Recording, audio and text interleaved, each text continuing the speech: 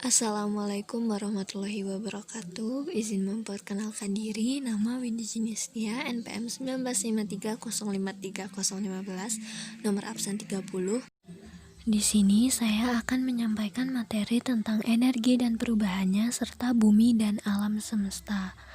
Video pembelajaran ini untuk memenuhi tugas dari Bapak Supriyadi dan Ibu Amrina Izatika selaku dosen pengampu mata kuliah materi IPA SD. Terdapat 5 materi yang akan kita bahas pada video pembelajaran ini. Yang pertama ada pengertian energi, yang kedua bentuk-bentuk energi dan perubahannya, yang ketiga pembentukan alam semesta, yang keempat pembentukan tata surya, dan yang kelima ada bagian-bagian tata surya. Langsung saja ke materi yang pertama, yaitu pengertian energi. Ada beberapa ahli yang mengemukakan atau menjelaskan apa itu energi.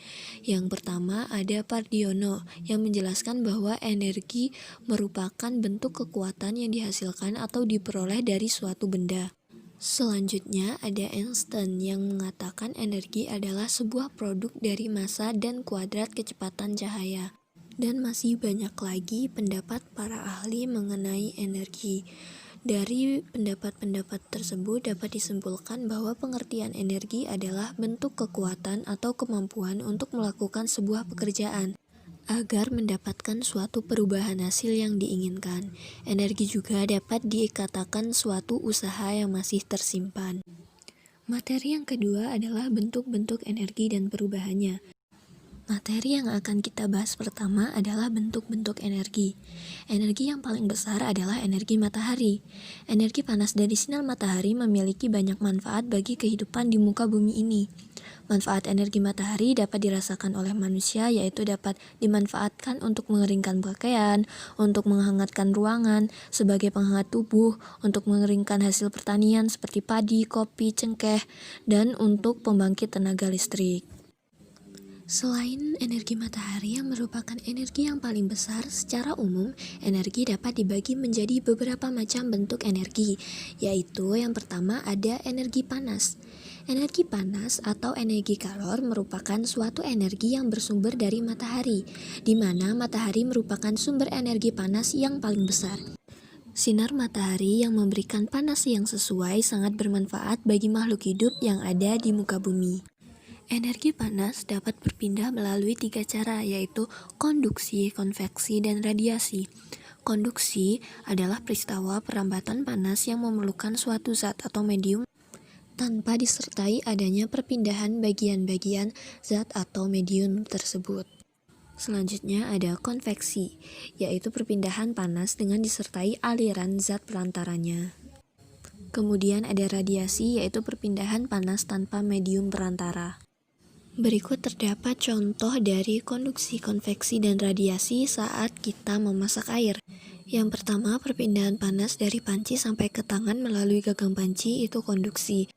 Yang kedua, ada mendidihnya air dalam panci, itu konveksi, dan ada perpindahan panas dari api sampai ke tangan, itu radiasi.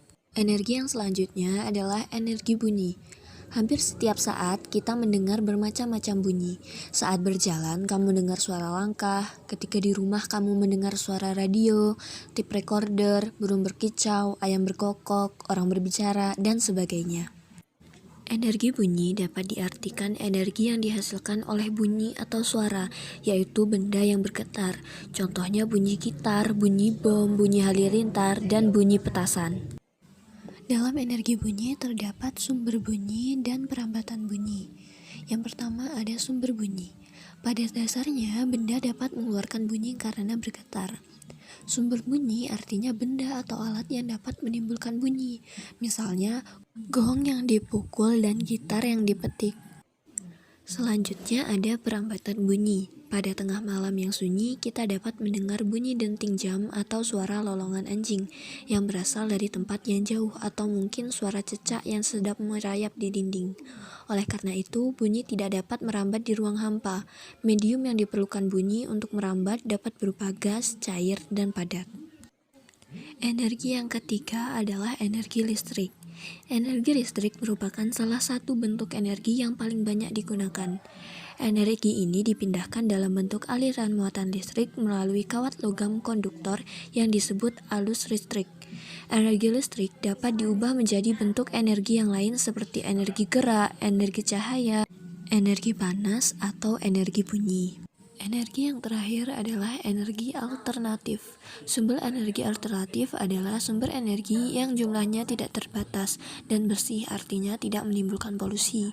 Contoh dari sumber-sumber energi alternatif antara lain matahari, panas bumi, air, dan angin. Materi selanjutnya yang akan kita bahas adalah perubahan energi. Suatu energi manfaatnya baru akan dapat terlihat apabila energi tersebut mengalami suatu perubahan bentuk dari energi satu ke dalam energi yang lainnya. Seperti yang kita ketahui bahwa energi memiliki suatu hukum yang sering disebut dengan hukum kekekalan energi. Bunyi dari hukum kekekalan energi adalah energi tidak dapat diciptakan dan tidak dapat dimusnahkan, tetapi energi dapat berubah bentuk dari bentuk yang satu ke bentuk yang lainnya. Contoh perubahan energi antara lain yang pertama perubahan dari energi listrik menjadi energi panas, misalnya setrika listrik dan solder listrik. Yang kedua, ada perubahan energi listrik menjadi energi suara, misalnya radio dan tip. Yang ketiga, ada perubahan dari energi listrik menjadi energi cahaya, misalnya lampu. Yang keempat, ada perubahan dari energi listrik menjadi energi cahaya dan suara, misalnya pada televisi. Yang kelima, ada perubahan dari energi listrik menjadi energi gerak, misalnya terdapat pada kipas angin. Yang keenam, ada perubahan dari energi listrik menjadi energi panas, adalah pada pengering rambut dan penanak nasi.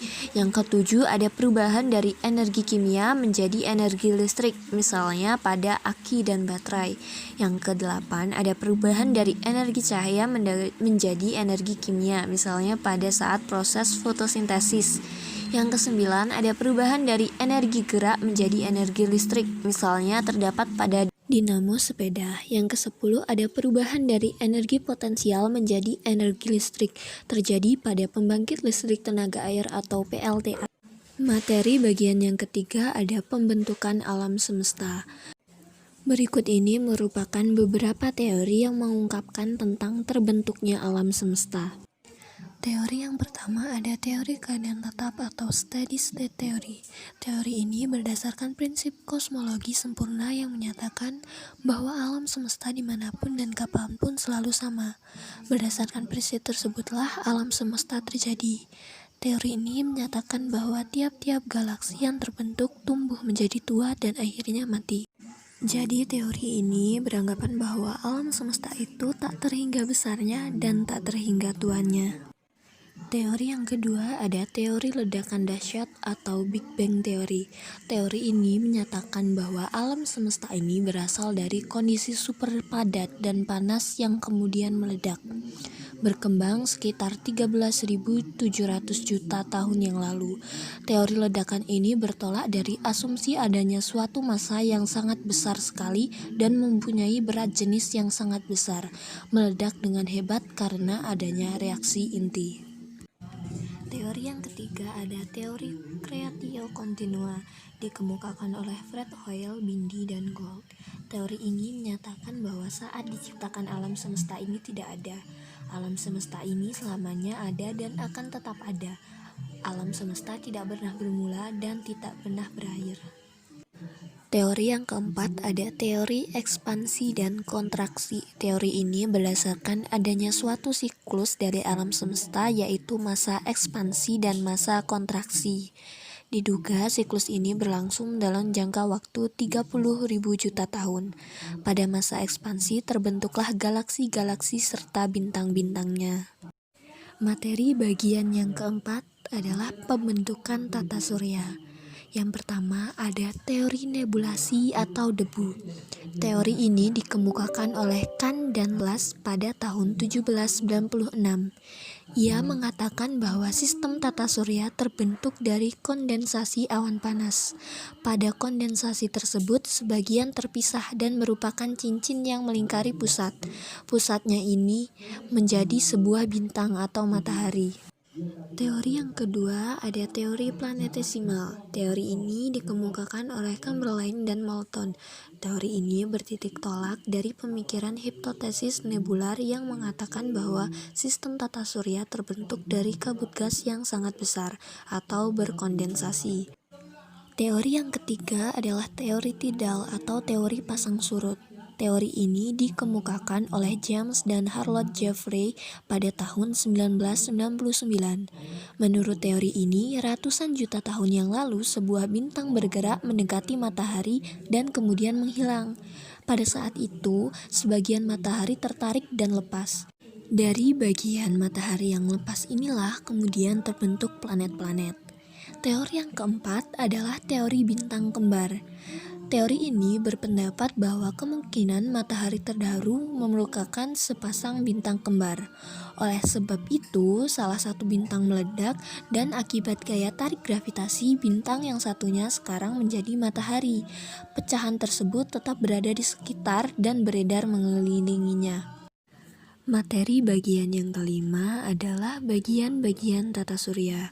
Sulistianto dan Wiono menyatakan bahwa pada sistem tata surya ini juga memiliki bagian-bagian tersendiri, yaitu yang pertama ada matahari. Pada sistem tata surya ini yang paling besar adalah matahari. Selain besar, matahari mempunyai peran penting di lingkungan tata surya dan sebagai pusat peredaran. Matahari terdiri dari bagian inti dan terdapat 3 lapisan, yaitu fotosfer, kromosfer, dan korona. Yang kedua ada planet Merkurius. Merkurius adalah planet terkecil di dalam tata surya, namun memiliki jarak terdekat dengan matahari. Suhu di Merkurius berkisar 90-700 Kelvin. Merkurius terdapat inti besi yang dapat menghasilkan medan magnet yang memiliki kekuatan 0,1% dari kekuatan medan magnet bumi. Yang ketiga ada planet Venus. Planet Venus adalah planet yang lebih kecil dari bumi dan tidak memiliki satelit. Planet ini dilapisi awan tebal yang tidak mengandung uap, air, dan oksigen. Planet yang biasa disebut dengan bintang kejora ini tidak memiliki satelit dan menempati urutan kedua terdekat dengan matahari. Yang keempat ada planet Bumi. Bumi memiliki urutan ketiga terdekat dengan matahari. Bumi yang kita tempati ini memiliki atmosfer dan satelit yaitu bulan. Diperkirakan usia bumi mencapai 4,6 miliar tahun. Bumi dan matahari ini memiliki jarak yang kurang lebihnya sekitar 150 juta kilometer. Yang kelima ada planet Mars. Mars atau planet merah ini memiliki permukaan yang memiliki warna kemerah-merahan. Lingkungan Mars lebih cocok bagi kehidupan manusia karena udara yang rendah dan tekanan udara yang rendah. Planet ini juga memiliki 2 satelit, yaitu Phobos dan Deimos. Yang keenam ada planet Jupiter. Planet ini memiliki rata-rata jarak dengan matahari sekitar 778,3 juta kilometer. Planet ini adalah planet yang terbesar dan terberat dengan diameter 14.980 km dan memiliki massa 318 kali massa bumi. Planet ini juga memiliki lebih dari 63 satelit, di antaranya Io, Europa, Ganymede, dan Callisto. Yang ketujuh ada planet Saturnus. Planet Saturnus ini terkenal dengan planet bercincin dan memiliki 10 satelit. Di antaranya adalah Titan yang besarnya 2 kali besar bulan bumi. PB yang bergerak berlawanan arah dengan 9 satelit lainnya. Hal ini menunjukkan bahwa PB bukan anak kandung Saturnus. Saturnus ini juga planet terbesar kedua setelah Jupiter. Yang kedelapan ada planet Uranus. Uranus merupakan planet gas yang berwarna biru kehijauan dengan awan tebal yang menutupinya. Uranus berjarak 2.880 juta kilometer dari matahari dengan periode rotasi 10 jam 8 menit dan periode revolusi 84 tahun. Yang kesembilan ada planet Neptunus. Planet Neptunus adalah planet yang di dalamnya terdapat angin dan badai. Karena itu, planet Neptunus disebut dengan planet yang paling istimewa dalam tata surya. Neptunus memiliki 2 satelit, yaitu Triton dan Nereid. Terima kasih telah menyaksikan video ini. Semoga bermanfaat. Lebih kurangnya mohon maaf. Saya akhiri. Wassalamualaikum warahmatullahi wabarakatuh.